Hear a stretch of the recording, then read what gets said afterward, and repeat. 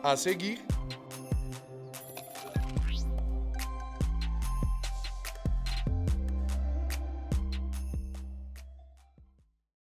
em meio às discussões sobre o projeto de lei conhecido como PL das Fake News, o Instituto de Informática criou o curso de especialização em segurança em redes e sistemas. E é sobre esse curso e sobre o mercado de segurança em rede e manipulação de dados que vamos tratar no programa de hoje. Vem com a gente, o Mundo UFG está só começando.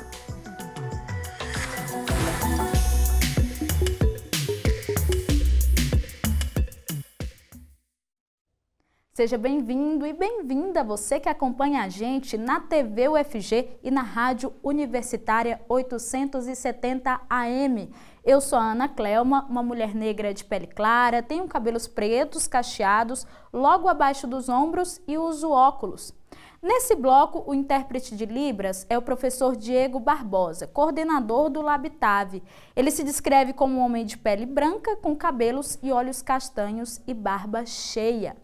Participe com a gente por meio do WhatsApp, o número é o 62991811406. Vai lá no nosso Instagram também, é o @TVUFG. Interaja com a gente, curta, comente o nosso conteúdo, compartilhe. E agora vamos lá falar com os nossos convidados sobre o nosso tema de hoje, falar sobre segurança digital. Sejam bem-vindos. Para falar sobre isso com a gente recebe o Ivens Sens, que é professor do Instituto de Informática da UFG. Ele se descreve como um homem de pele clara, cabelos grisalhos, olhos castanhos e usa óculos. Professor, tudo bem? Boa tarde. Eu pronunciei certo seu nome? Como vai?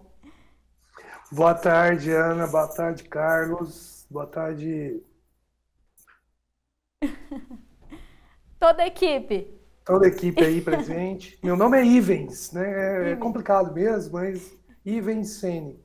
Sou professor aqui do Instituto de Informática da UFG e trabalho com segurança de informação há muito tempo. Perfeito, professor. Bem-vindo aqui ao nosso programa. Obrigado. E o nosso outro entrevistado é o Jean Moura, advogado e vice-presidente da Comissão de Direito Digital da OAB Goiás. Ele se descreve como um homem de pele clara, tem cabelos pretos, olhos castanhos esverdeados e usa barba. Tudo bem, Jean? Seja bem-vindo aqui também ao nosso programa. Tudo bem, bom dia a todos. Bom dia, Ana. Bom dia, equipe, e bom dia, telespectadores e ouvintes.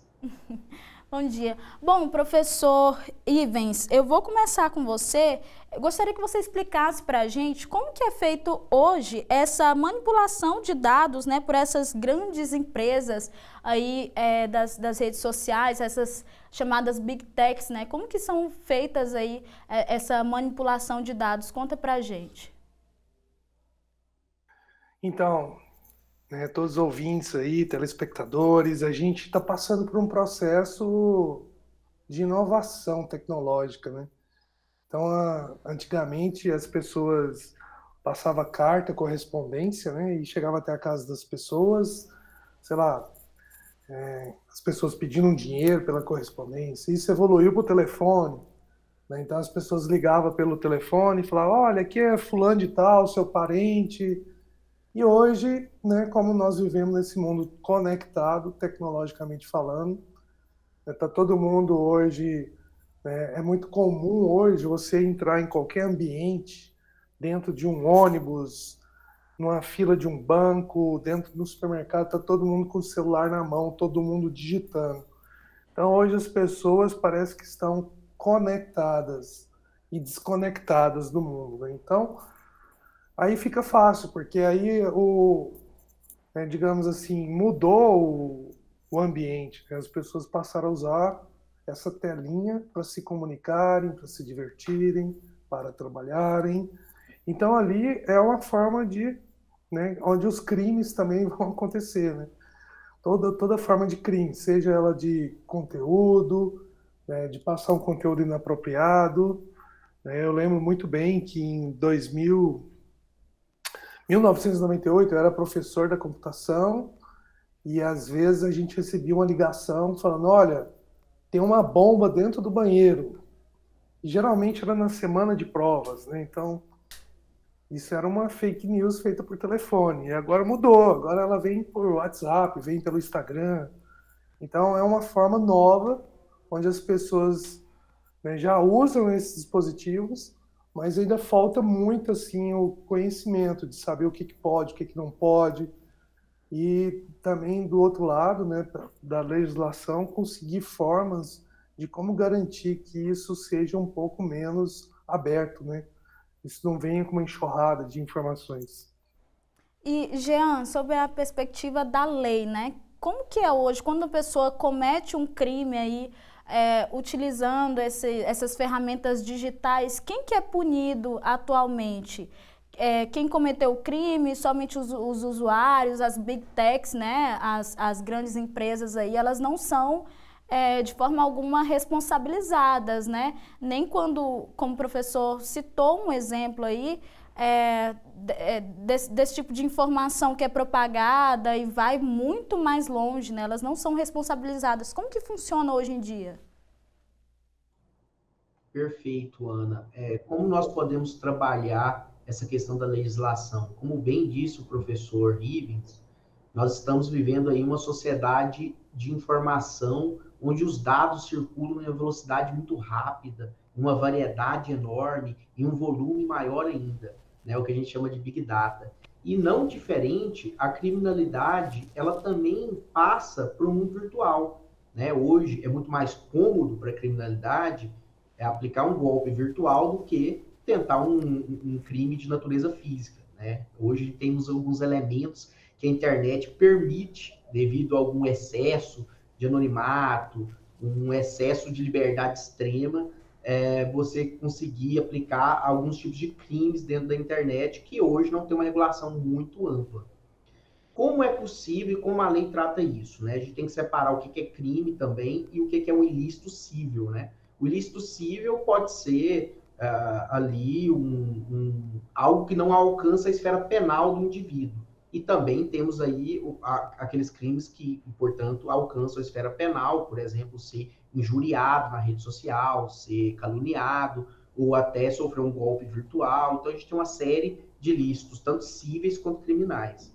Como ocorre hoje, né? A gente tem um marco civil da internet, que é um grande marco regulatório da internet, uma lei de 2014, que vem trazer lá no seu artigo 19, dizendo que os provedores de aplicação, que a gente chama, que são essas redes sociais, em sua maioria, elas não são responsáveis, né, por tirar conteúdos ilícitos até que existe uma ordem judicial específica, né? Isso prevê uma certa autonomia essas redes sociais, essa era a ideia na época, mas hoje a gente vê um problema gigante, que é o seguinte: você tem aí um excesso de criminalidade que não tem controle. Tanto é que existe esse projeto novo de lei aí, né, que é o que eles chamam de projeto da PL das fake news, mas que na verdade é o projeto de lei brasileiro de liberdade, responsabilidade e transparência, que visa, vamos dizer assim, consertar essas lacunas.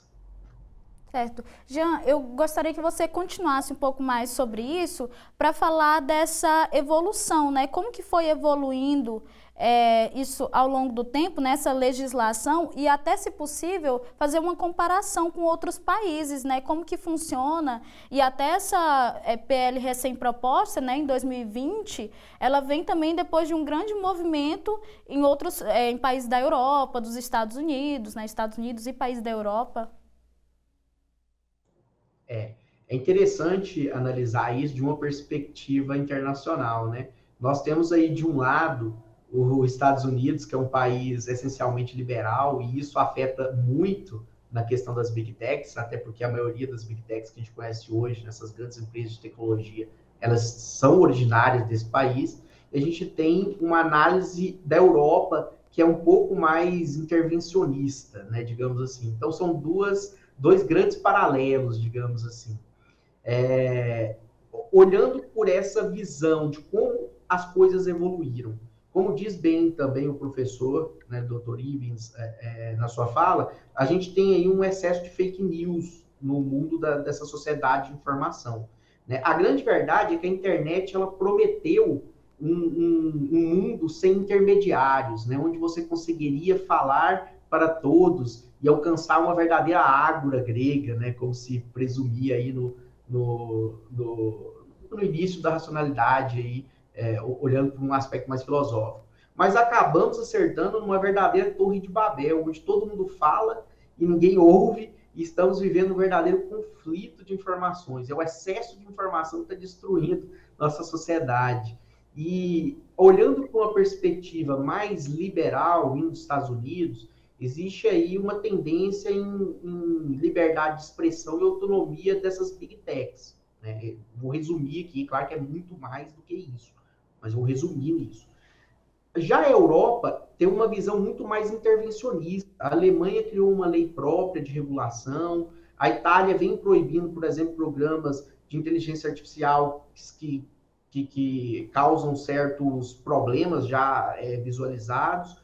E é claro que essas visões elas podem ser analisadas de forma coletiva ou individualizada, né, ou de forma isolada, mas elas vêm influenciando o Brasil, porque coloca ele nesse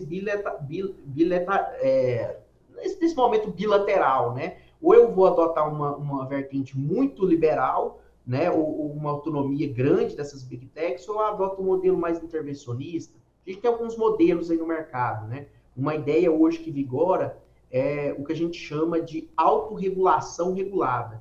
Ou seja, eu parto hoje de uma legislação que permite às big techs fazerem o que quiserem, se autorregularem no mercado, da forma como quiserem, para um modelo em que eu tenho uma intervenção de trazer standards para essas empresas guiarem seus termos de uso, suas políticas de moderação, seus, vamos dizer assim, alguns deveres de cuidado que elas devem ter, e esse modelo é o que provavelmente vai ser inserido no Brasil, que é justamente o que visa aí essa PL, essa nova lei que pode vir a virar a lei aí da liberdade, transparência e responsabilidade na internet. Professor Ivens, eu gostaria que você acrescentasse, falando também para a gente um pouco sobre quais as principais mudanças que vão afetar diretamente os usuários, né? No caso a gente, principalmente quando se fala da questão da segurança nas redes. Falhou um pouquinho aqui para mim, mas... Eu posso repetir. Eu gostaria que você acrescentasse um pouco, falasse um pouco mais, além do que o professor Jean falou aqui para a gente, e falasse também sobre o que muda para a gente, para nós enquanto usuários, né, principalmente no quesito segurança nas redes, né, com a PL 2630. Então, às vezes é importante dizer isso para as pessoas, né? Existe um instituto de pesquisa nos Estados Unidos, na Universidade do MIT, que é o Instituto Tecnológico de Massachusetts. Lá, eles fizeram uma pesquisa que 1% de uma notícia falsa pode atingir, em média, 100 mil pessoas, enquanto que uma notícia verdadeira, ela não chega até 100, no máximo mil pessoas como efeito. Então, isso é um estudo que já foi feito, uma pesquisa mostrando que uma fake news ela tem um poder avassalador, né, de chegar até a casa, até o celular, até as pessoas de uma forma geral. Então, a gente costuma dizer que quando um problema dessa natureza, né, não é uma coisa só, são várias coisas que têm que ser feitas para que a gente possa garantir cada vez mais uma segurança. Infelizmente, é um processo sem volta, né? Então é difícil falar, as pessoas não vão largar o celular, não vão deixar de usar a internet, cada vez mais isso vai acontecer. Então a gente precisa achar o tom aí, né? Qual é a medida certa para que a gente possa utilizar, né, de forma segura, né? E eu acho que a PL das fake news vem para isso, né? Tentar achar um meio termo aí. É claro que isso não vai resolver todos os problemas, como tudo na vida, a gente não tem uma coisa eficaz, mas é um caminho, né? É um caminho que se está tentando, né? Não só aqui no Brasil, mas como no mundo, como foi falado aí pelo Dr. Jean. Então a gente tem isso acontecendo de uma forma mundial e há uma preocupação, sim, né, da gente tentar dar mais segurança talvez trazendo mais informação e tendo essas políticas, né, essas leis, algumas coisas que possam, de alguma forma, amenizar esse problema. Uhum. Jean, eu gostaria que você falasse também um pouco mais para a gente sobre os principais pontos, né? Aqui não dá tempo, eu acho, da gente ir em cada ponto, mas quais principais pontos deve mudar com essa proposta, com esse projeto de lei 2630 aí, conhecido, né, como projeto das fake news? Bom, trata-se de um projeto de lei bastante extenso, a gente está falando aí de 60 artigos, que vão de detalhes voltados à moderação de conteúdo até a pagamento de direitos autorais, a comunicações, jornalistas dentro da plataforma. Então, a gente tem diversos pontos. Eu só queria acrescentar, que eu acho que é importante, eu pego os pontos das falas de cada um de vocês, mas eu acho que a lei, como bem disse o doutor, ela não resolve tudo. Eu acho que a gente tem um déficit muito grande de educação digital hoje no Brasil. Então, é preciso delimitar mais responsabilidade para as empresas que gerem esses dados? É preciso. Mas é preciso também conscientizar, informar, criar uma cultura de consciência de dados à população. E eu acho que essa lei, ela tem um papel que é um pouquinho maior do que trazer responsabilidade para essas empresas, que é também devolver ao usuário a titularidade dos seus dados. Porque, veja, se a empresa ela pega meus dados e ganha dinheiro com isso, eu tenho que saber como ela faz isso, como ela me indica conteúdo, como ela, quando ela está aplicando uma publicidade, quando não é uma publicidade.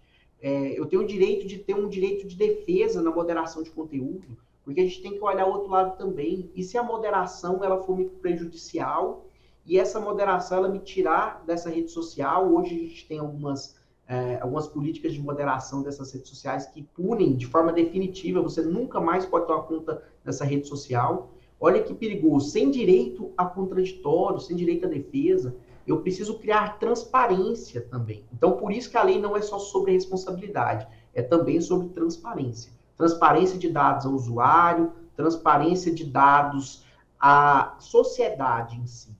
Né? Então, a gente tem algumas políticas lá dentro que são muito interessantes. Por exemplo, as Big Techs, elas têm que informar nos seus termos de uso, nas suas políticas de moderação, como elas tratam os dados. Claro, ressalvados os segredos de comércio, os segredos da propriedade intelectual, claro, mas ela tem que revelar como ela trata os dados, como ela trata seus dados, nossos dados, para que a gente possa saber o que fazer com isso. Isso é o essencial, é o começo, né? É o começo. E a lei, ela trata, então, dessas responsabilidades dentro desse dever de cuidado, né? Então, essa é uma situação que está sendo muito polarizada na sociedade, que é a questão dessas empresas serem responsabilizadas por certos conteúdos que são publicados por terceiros. Isso tem sido publicado de forma errada, inclusive como fake news nas redes sociais. Né? Por quê? Porque hoje você tem um vigor de lei que diz que a responsabilidade de terceiro das empresas ela é voltada apenas para caso exista uma ordem judicial dizendo que eu tenho que retirar aquele conteúdo. Se a empresa de tecnologia não tirou o conteúdo, que é ilícito, aí ela passa a responder subsidiariamente por aquele conteúdo de terceiros. Com essa nova regra, a gente vai ter a possibilidade de, em determinados casos, se não for tomado um conjunto de prevenção, de controle de riscos sistêmicos, que essas empresas sejam responsáveis por alguns conteúdos que podem causar aí danos à sociedade. E esses conteúdos são crimes. Então, assim, é violência contra a mulher, é atos de terrorismo, é violência contra crianças e adolescentes. Então, se você está fazendo propaganda desse tipo de conteúdo na internet e essa Big Tech ela não está tomando providências, isso não de forma isolada, que poderia provocar um caos, mas isso de forma controlada, aí você teria um problema e teria que ter essa intermediação. A lei vem tratar desses pontos exatamente. Jean, Perfeito, a gente vai continuar conversando sobre isso daqui a pouquinho, né? É bastante coisa para a gente falar ainda. O professor Ivens também vai falar mais para a gente sobre essa questão de segurança nas redes, sobre o curso de especialização na UFG. Vocês ficam aqui com a gente, que a gente já volta. E você que está aí, continua com a gente, que a gente vai para um intervalo bem rapidinho e já voltamos.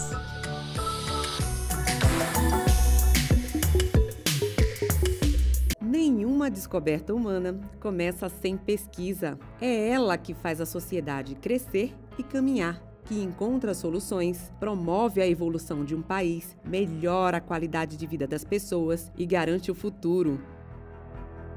Desde 1981, a Fundação de Apoio à Pesquisa, a FUNAP, trabalha com a gestão de projetos de pesquisa, ensino e extensão, bem como desenvolvimento institucional e inovação tecnológica. Ela atua como um verdadeiro escritório de negócios em apoio à Universidade Federal de Goiás e outras instituições científicas e tecnológicas nacionais, conectando o conhecimento acadêmico à experiência profissional para a promoção do desenvolvimento científico e tecnológico brasileiro. A FUNAP toma decisões baseadas nos princípios fundamentais: transparência, equidade, prestação de contas e responsabilidade corporativa. Traga seu projeto para a Fundação. Acesse o site funap.org.br ou entre em contato pelo telefone 3216-7300. FUNAP, porque grandes ideias precisam de apoio.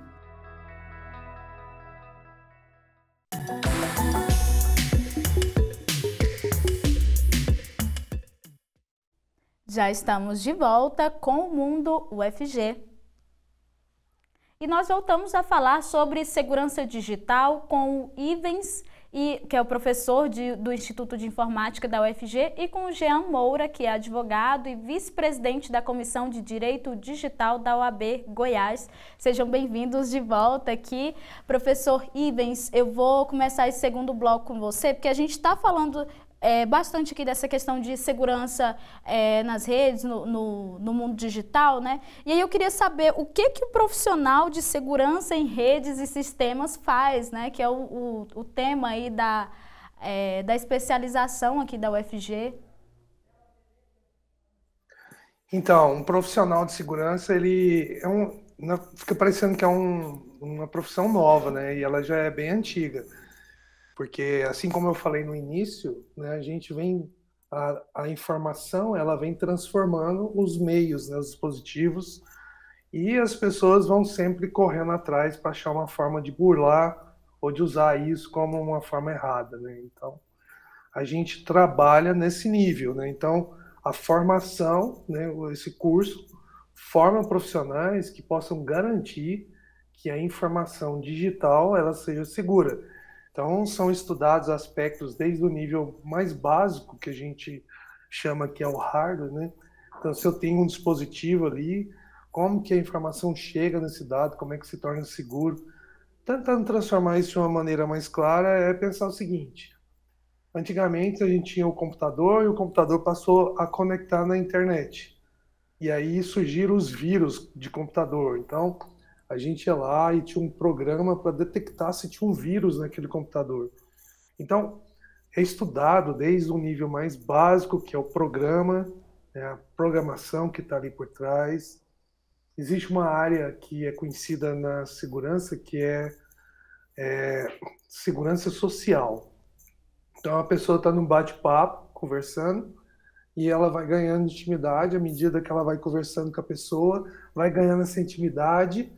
E aí ela, não, então... E às vezes isso acontece em uma única contato, mas às vezes a pessoa entra no outro dia, começa a conversar, começa a conhecer melhor, vai ganhando intimidade, e aí por algum motivo ela pede a senha do computador, ou pede para transferir um dinheiro. Então, assim, é uma coisa muito, né, de conversar, de interagir com a pessoa. Então, o profissional ele tem que conhecer todos esses mecanismos. Existem ferramentas, né? Então, eu acredito que no futuro aí, a gente sempre está correndo atrás de soluções. Então, quando você detecta uma falha, a gente trabalha para encontrar uma receita que corrija aquela falha. e assim o profissional ele vai se atualizando. Então ele pega dessas informações, ele aprofunda, né? Então já que a gente está usando o meio digital para fazer a propagação dessas fake news, né, desses atos ilícitos, é através dele que a gente tem que dar a garantia, dar a segurança para as pessoas que vão usar cada vez mais computadores, vão usar seus celulares, vão usar a internet. Como eu havia dito, é um caminho sem volta. Então, a gente vai correr atrás para trazer a vacina perfeita para cada situação. E o profissional, ele se prepara para dar conta disso aí. E a área de atuação, então, é bem ampla, né? Onde que pode atuar o profissional aí de segurança em redes e sistemas? Então, hoje em dia, todo lugar que tenha um servidor, né? Então, um computador onde armazena todos os dados da empresa, né? Então, isso vem transformando também. Antigamente, você só tinha um computador, então, vamos pensar, o recurso humano da empresa estava tudo dentro daquele computador. Aí aquele computador dava um problema, eles tinham que comprar outro. Então isso evoluiu. Aí eles compraram um servidor, que é uma máquina mais poderosa, com um processamento maior, e aí interligado em rede. Então esse servidor está rodando os programas ali. Então você precisa dar segurança para esse servidor. Isso também está evoluindo. As empresas, em vez de manter os seus dados na empresa física, eles estão pagando um serviço que a gente chama de nuvem, né, que seriam servidores, né, instalados em algum lugar onde essa empresa fornece o armazenamento e a distribuição desses dados. Assim como é os servidores da Google, né? Então, de qualquer lugar que você acessa, você coloca uma informação e essa informação ele vai buscar um servidor que está na nuvem, disponibilizando essas informações de uma maneira mais rápida e precisa. Então, veja bem, a gente precisa de profissionais para atuar dentro de uma pequena empresa, de uma empresa de médio porte, de uma empresa de grande porte, para dar segurança aos dados. Hoje, tudo são dados. Os dados das pessoas, os dados da empresa, os dados do negócio que acontece, de uma transação, serviço bancário. Então, a gente tem mecanismo de garantir que essas informações vão de uma ponta até a outra de forma segura. E o profissional da área de segurança tem esse papel, de dar essa qualidade, essa segurança e a confiabilidade desses dados. Certo. E, Jean, no bloco anterior a gente terminou falando da questão das punições, né? Exatamente sobre, e aí até casa um pouco com o que o Ivan está falando, da questão dos dados também, como são geridos, enfim, que é uma grande preocupação aí em relação a esse projeto de lei. De acordo com esse novo projeto de lei, quais punições que estão previstas lá a partir de agora? Como que vai proceder tudo isso? Então, Ana, esse novo projeto de lei, ele prevê primeiro uma obrigação dessas empresas, né? E aí é preciso dizer que quem está nessa lista dessas empresas são aquelas big techs que tratam dados de mais ou menos 10 milhões de usuários. Então, não é toda empresa, né? É preciso dizer isso, porque a gente tem uma lei própria, que é a Lei Geral de Proteção de Dados Pessoais, que vai cuidar das empresas em gerais que tratam dados. Que a gente vai tratar nessa nova lei exatamente desses grandes provedores. E ali existe uma obrigação deles fazerem relatórios. São dois principais relatórios. Relatórios de problemas sistêmicos que podem acontecer e são relatórios previstos para serem feitos de forma anual. Existem relatórios de controle de dados, de transparência, que são feitos de forma semestral. É com base nesses relatórios que vai ser avaliado se essas empresas estão seguindo ou não estão seguindo esses protocolos de segurança. E aí, a partir disso, se for constatado que não está sendo feito, elas são passíveis de serem aplicadas a elas, né? É passível de serem aplicadas a elas, multas que vão aí até 10% do valor do capital econômico, que é uma forma de adequar, né? Porque são empresas que giram um alto valor de mercado, não é qualquer multa que vai fazer uma sanção eficiente, né? Tem que ser uma grande multa para ser eficiente. Professor Ivens, por que é importante a gente garantir essa transparência aí no processamento de dados? No gerenciamento também, né, em processamento de dados? Na verdade, os dados são cruciais, né, para a pessoa. Veja, lá atrás teve aquele caso da Carolina Dickmann, que teve uma foto vazada pelo computador. Então, algumas coisas são feitas de forma digital, né, que vão ficar registradas ali, né, dependendo aonde foi baixada aquela informação, aquela imagem, vai ficar, ele pode ser replicado para... Né, não tem como limpar, você não consegue varrer onde que foi. Né? Eu acho que o importante é as pessoas aprenderem. Né? Então, como o Dr. Jean disse, é importante conscientizar as pessoas. As pessoas precisam saber que aquele dispositivo que ela está usando é um dispositivo que tem acesso ao mundo inteiro. Então, uma pessoa do outro lado do planeta pode ter acesso ao seu celular, por exemplo. Então, a gente tem que seguir algumas regras, conhecer um pouco da informação. Então, é importante ter controle desses dados. Algumas dicas, por exemplo, é trocar a senha com uma periodicidade, sei lá, 6 meses, não usar senhas fáceis. Né? Então, a senha é a forma de entrada para o dispositivo. Então, garantir os dados é ter uma boa senha. Mas você também, hoje, é possível encontrar a verificação em 2 fatores, que tem para suas contas, né, para os seus dispositivos. Então, essas dicas, né, por exemplo, não aceitar muito fácil a conversa de estranhos, né, que te contacta pelo celular, pela uma rede social.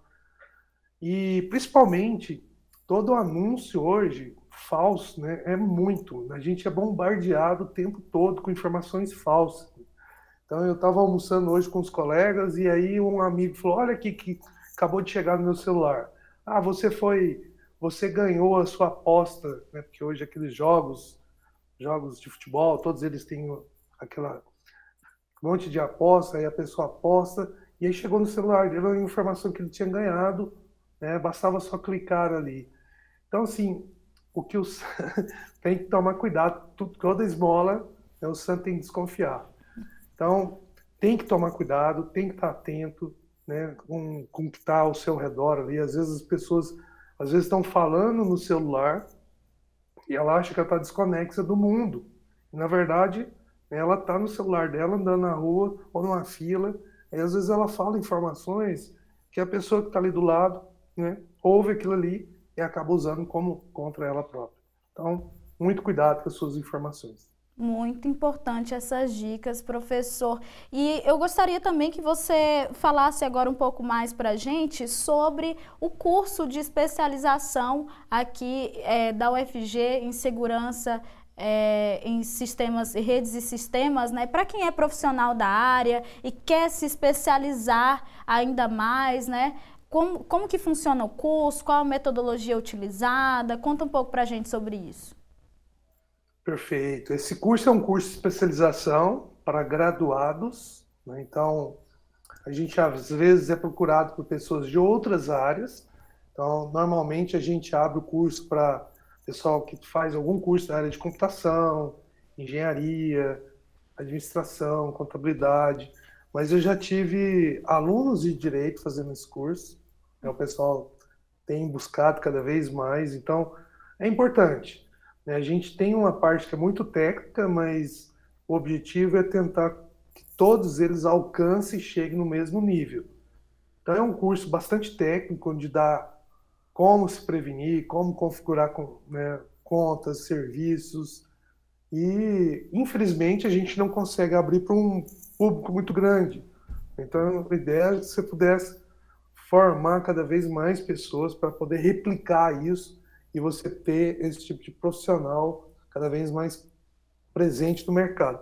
Mas, né, a gente tem esse curso, é um curso que tem sido procurado cada vez mais pelas pessoas e que possa, né, o mercado está totalmente aberto para esse tipo de profissional.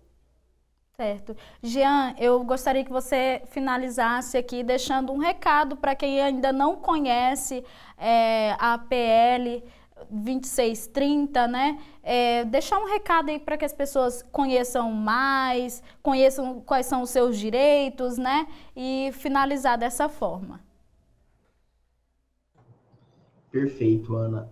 É muito importante que as pessoas, né, nesse mundo em que a informação gira muito rápido, e acabamos vendo as manchetes e não o texto, que nós paremos e lemos as questões como elas devem ser, né? Eu oriento que as pessoas, os consumidores, os usuários, eles leem a lei, se não leem a lei, leem vários canais que comentaram sobre essa lei, para que não fique só na polarização que nós estamos vendo hoje, né? É preciso debater essa lei para além da polarização entre liberdade de expressão e regulação necessária. Nós precisamos entender ela, entender o que de fato está em jogo, né? E entender que é uma lei, né? E aí já pegando um pouquinho da minha visão, de que ela busca trazer responsabilidade às plataformas, mas também transparência para o usuário. E, por fim, a liberdade. É o próprio nome da lei, né? Lei da liberdade, responsabilidade e transparência. É isso que eu oriento, que as pessoas se informem, busquem essa informação. É extremamente necessário que a gente tenha um debate democrático sobre essa lei. Obrigado. Muito obrigada, Jean. Professor Ivens, a mesma coisa. Deixa aqui o convite para o pessoal, né, conhecer ainda mais, depois desse nosso programa aqui, mas buscar conhecer ainda mais outros pontos. Sim, com certeza.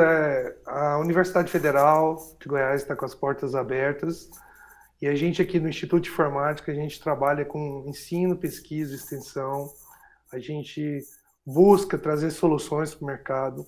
Atualmente, a gente está envolvido num processo, né, junto com o pessoal da Anatel. O pessoal da Anatel está trabalhando em cima desse projeto de lei, eles querem criar as regulamentações para como que essas informações podem, de alguma certa forma, ter esse respaldo, assim como o Dr. Jean falou. É preciso, né, dar a forma para que as pessoas tenham acesso, mas, ao mesmo tempo, existam limites, né, porque se não tiver um bem maior aí, onde todo mundo trabalhe, a gente não vai conseguir eficácia aí nesse projeto. Mas, de qualquer forma, a UFG está aqui para informar, né? Estamos abertos, sempre que as pessoas podem procurar, empresas vêm até a gente buscando ajuda para achar soluções nos seus pequenos, médios e grandes negócios, e esse é o nosso papel, de ajudar a divulgar, informar e formar pessoas. Obrigado. Nós que agradecemos a sua participação aqui. Muito obrigada a vocês.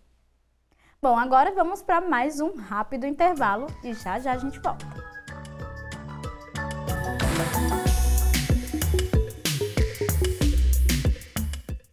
Uma história construída por mãos que cuidam e ensinam só poderia resultar em atenção e conhecimento para toda a população. A Fundação de Apoio ao Hospital das Clínicas, Fundac, desenvolve desde 1998 um trabalho de excelência que garantiu a manutenção e prestação de serviços no Hospital das Clínicas em momentos importantes da história do HC. Hoje, por meio do corpo de profissionais competentes, a Fundação gere unidades municipais de Goiânia e também estaduais, voltadas para os usuários do Sistema Único de Saúde, o SUS, todas elas consideradas de ponta pelos usuários. Além disso, a Fundac realiza a cogestão e também o incentivo e financiamento de pesquisas, atividades de extensão e ensino, junto aos professores, técnicos administrativos e alunos dos mais variados cursos da área da saúde da Universidade Federal de Goiás. O trabalho da Fundação é baseado em 4 pilares: transparência da gestão, total comprometimento com a qualidade dos serviços assistenciais, otimização de custos,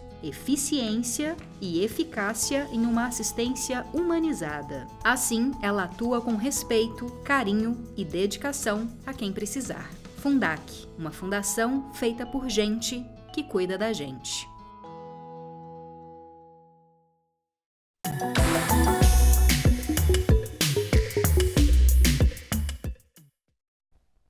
Agora a gente conhece o trabalho de uma unidade pública de pronto atendimento destinada a animais domésticos, a UPA-VET, criada recentemente pela Prefeitura de Goiânia.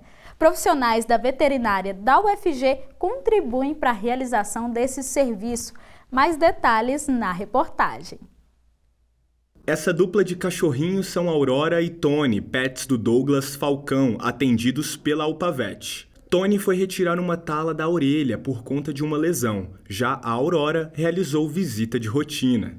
O professor considera que o atendimento veterinário oferecido é uma política pública de saúde essencial. Esse serviço de política pública ele é fundamental para a assistência animal, não só da população vizinha, mas para toda a população de Goiânia, porque é um serviço até inovador da Prefeitura de Goiânia. A UPA-VET, unidade de pronto atendimento veterinário, foi inaugurada em março deste ano pela Prefeitura de Goiânia. A criação do espaço foi possível por conta de uma emenda parlamentar da vereadora Lucila do Recanto. Ele conta com salas de recuperação, cirurgia, escovação, triagem, ambiente de limpeza e internação. Adriana Paz, médica veterinária responsável pela unidade, fala sobre o compromisso do trabalho. A UPA-VET ela tem uma vertente, né, da questão da saúde e bem-estar animal, uma vez que muitas pessoas não têm condições de estar levando seus animais a uma consulta veterinária.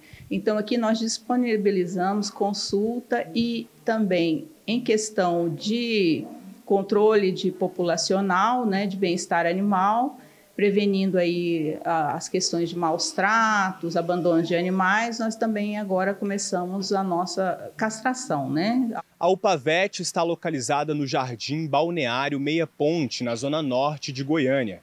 A assistência é completamente gratuita. Basta o dono do animal comprovar que mora na capital e que é inscrito no CadÚnico, iniciativa da Prefeitura de Goiânia. A UFG é parceira da ação e mantém na unidade 8 professores especialistas em clínica e cirurgia veterinária, além de promover estágio para alunos de graduação. Os profissionais que atuam na unidade são selecionados por meio de um edital público, como conta Helena da Cunha, médica veterinária que se inscreveu no processo seletivo. Desde a minha adolescência eu sempre mexi com proteção animal, então eu sempre gostei muito de resgate, de animais de rua, de animais em geral. Então fiz a medicina veterinária pensando nessa questão, né, social e de proteção animal. E quando eu vi aqui o edital, a oportunidade de trabalhar no lugar que eu gosto, né, de trabalhar, que tem o meu perfil, eu logo me inscrevi e fiquei muito feliz de ser selecionada e poder estar prestando serviço aqui para a população. A diretora executiva do Hospital Veterinário da UFG, Rosângela de Oliveira, evidencia a importância dessa política pública. Esse tipo de iniciativa do poder público é extremamente importante para a garantia de políticas de saúde pública, não só envolvendo animais, pensando que a medicina veterinária hoje está no rol das profissões da saúde, e com isso nós observamos a saúde como uma saúde única. Cuidando dos animais, nós estamos também cuidando da saúde e do bem-estar das pessoas. Eu sou extremamente grato por toda a equipe aqui do Centro de Saúde Animal e recomendo, né, você que precisar, pode utilizar o serviço, está aqui disponível e é um serviço nosso, que é um serviço público. Bacana, é um serviço público. E olha, no quadro Publicações agora vamos falar sobre o livro A Engenharia Elétrica na Universidade Federal de Goiás, Reconstrução Histórica, escrito pela professora Rosângela Castro, da Escola de Engenharia da UFG. Vamos ver. Olá para você que nos acompanha, o quadro Publicações está no ar e hoje a gente vai falar um pouco sobre a história da UFG, mas de um jeito diferente, falando sobre o curso de Engenharia Elétrica da universidade. Eu sou a Ana Clelma, uma mulher negra de pele clara, tenho cabelos pretos, cacheados, na altura dos ombros e uso óculos. O curso de Engenharia Elétrica da UFG vai completar 60 anos em 2024. E o livro que nós vamos falar sobre ele hoje é a Engenharia Elétrica na Universidade Federal de Goiás, Reconstrução Histórica. Fala sobre a idealização do curso, conta a história dele desde lá do início. E nós vamos receber hoje aqui a autora dele, a professora Rosângela Almeida de Castro. Seja bem-vinda aqui ao nosso programa, tudo bem? Ela se descreve como uma mulher branca, tem cabelos escuros, médios. Professora, começa falando para a gente, então, como foi o início aí do processo de idealização do curso de Engenharia Elétrica, como que se viu a necessidade de criação desse curso? O curso de Engenharia Elétrica, falar sobre a criação dele, é falar sobre a origem do ensino de engenharia no estado de Goiás. Isso se remonta aos anos de 1940, quando o estado de Goiás tinha um governador que era engenheiro. Ele era engenheiro e urbanista, o governador Jerônimo Coimbra Bueno.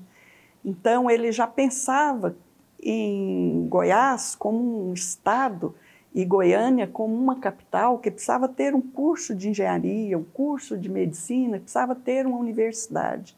Imagina, né, o curso de engenharia elétrica ele foi criado em 1964.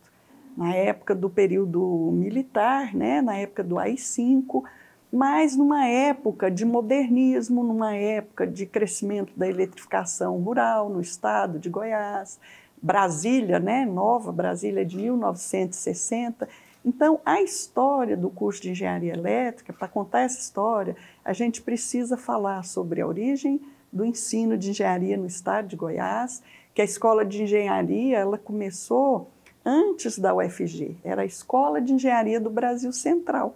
Então, ela era uma fundação dos engenheiros que depois, com a federalização, foi doada para o UFG. Professora, e desde esse início, né, dessa idealização, qual que foi a evolução do curso e como que você conta isso no livro? Para contar isso no livro, a gente precisa falar das partes, dos aspectos legais, né? Quais eram as leis da época que regia tanto a educação como o cenário político, né? Um momento de busca de modernização, era uma época de Guerra Fria.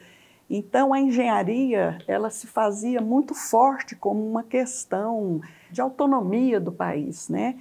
E a eletricidade ela era vista como um bem que tinha a ver com a autonomia do Estado. E tinha a construção de Cachoeira Dourada, todos esses aspectos políticos, históricos são importantes. Mas uma coisa muito importante também é o cognitivo. Qual era o pensamento que reinava na época? Então, nesse livro, né, foram feitas várias entrevistas com estudantes e professores que foram fundadores do curso, que eles relatam esse período e eles falam sobre a atuação dos estudantes como agentes protagonistas de criação, não só da UFG, né, mas antes da UFG. Então, é interessante essa parte, né, que ler e saber que os estudantes eles foram agentes fundadores de uma universidade e de cursos, não só de engenharia elétrica, mas que depois, né, deram origem aos outros cursos, como de engenharia da computação, engenharia mecânica, hoje temos engenharia ambiental, foram protagonistas do ensino de engenharia no estado de Goiás. Professora Rosângela, tiveram alguns aspectos que você destacou aqui bastante para a gente, como a educação, a história, não só da UFG, como do próprio ensino aqui em Goiás. Então, eu queria te perguntar qual a contribuição desse livro, não só para quem é da engenharia elétrica, mas para qualquer leitor, né? Esse livro, quem vai fazer a leitura do livro, vai até se indagar. Como que uma engenheira pôde trazer, né, para esse contexto um pensamento de um sociólogo de Bourdieu, né, de Pierre Bourdieu. Então, nesse livro, como é uma pesquisa histórico-sociológica, ela traz não só assuntos, temas da engenharia, traz também sobre as pessoas, né, a sociedade, o papel da sociedade no nosso desenvolvimento, na nossa cultura. todas as entrevistas, todo o pensamento da época foi trabalhado levando em consideração pensamentos de Bourdieu, de Foucault, e isso torna o livro assim, bem interessante, né, para quem não é também engenheiro. E para quem é engenheiro, tem toda a história da eletrificação do estado de Goiás, né, que é uma história antiga, que vem, por exemplo, lá da antiga capital, né, da cidade de Goiás, um morador que queria ter uma indústria, então ele precisou trazer um grupo gerador lá para a cidade de Goiás.